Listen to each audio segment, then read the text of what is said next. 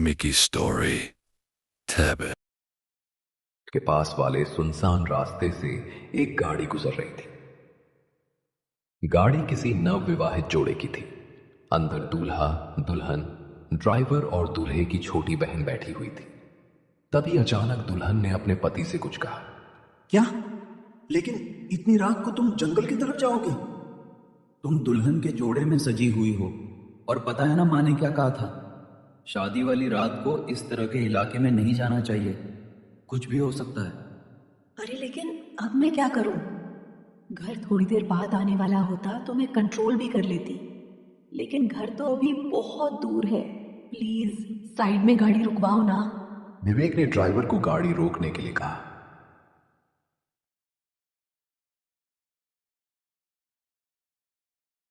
और वो नेहा के साथ बाहर झाड़ियों की तरफ गया। ज्यादा आगे मत जाना, मैं यहीं पर तुम्हारा वेट कर रहा हूं। नेहा झाड़ियों की तरफ गई। वो वहां से वापस बाहर की तरफ आ ही रही थी, तभी उसके कानों में एक आवाज पड़ी। नेहा। अरे ये विवेक जी की आवाज इस तरफ से कैसे आ रही है?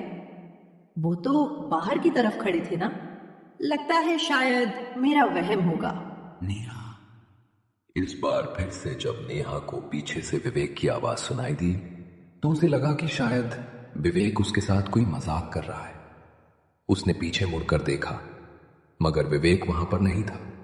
पर उसने देखा कि कुछ दूरी पर एक औरत अपने घुटनों में अपना सर दबाए हुए दबी आवाज में रो रही है। अरे इतनी रात गए ये औरत यहाँ पर बैठकर रो क्यों रही है? कहीं ये किसी मुसीबत में तो नहीं? उसकी मदद के लिए नेहा थोड़ी आगे की तरफ गई। उसने उससे बात करने की कोशिश की, मगर उस औरत ने सामने से कोई जवाब नहीं दिया। देखिए, जब तक आप मुझे बताएंगे नहीं कि आपको क्या परेशानी है, तब तक मैं आपकी मदद कैसे कर पाऊंगी?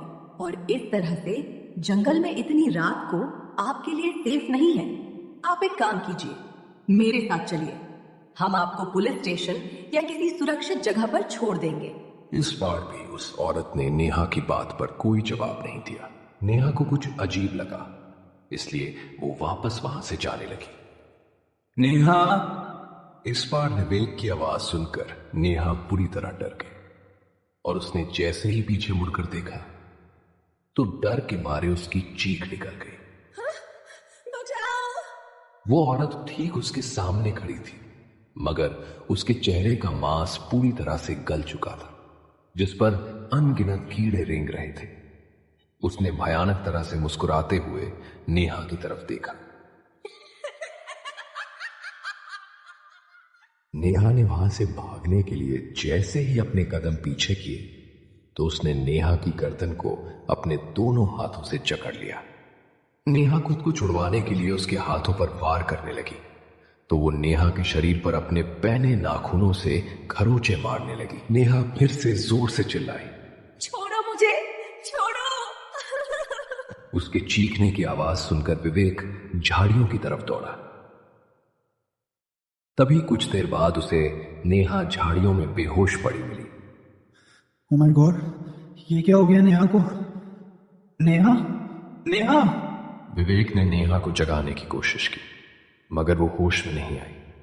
तो विवेक उसे गोद में उठाकर गाड़ी में ले गया। वो लोग घर पहुंचे तो नेहा की हालत देखकर सब लोग परेशान हो गए। अच्छे से समझाया था ना तुम लोगों को कि शादी वाली रात को दुल्हन को इस तरह की किसी जगह पर जाना ही नहीं चाहिए। एक तो वैसे ही इतनी रात को ऐसी जगहों पर बुरी आत्माएं सक्रिय होती हैं। ऊपर से शादी में सजी दुल्हन को पता भी है कितना ज्यादा खतरा होता है। अंजलि, एक नींबू लेकर आओ रसोई से, और कुछ काले तिल भी लेकर आना। विवेक की बहन अंजलि किचन से एक नींबू और कुछ काले तिल लेकर कमरे में आई। विवेक की मां ने नेहा के सर से उन्हें 7 बार मारा और घर के पीछे वाले आंगन में ले जाकर उन्हें एक मिट्टी के बर्तन में रखकर जला दिया।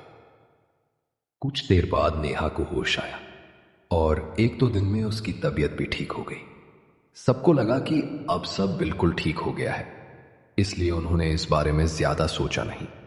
उसकी शादी को 1 हफ्ता बीत गया था। सब मेहमान भी घर से जा चुके थे।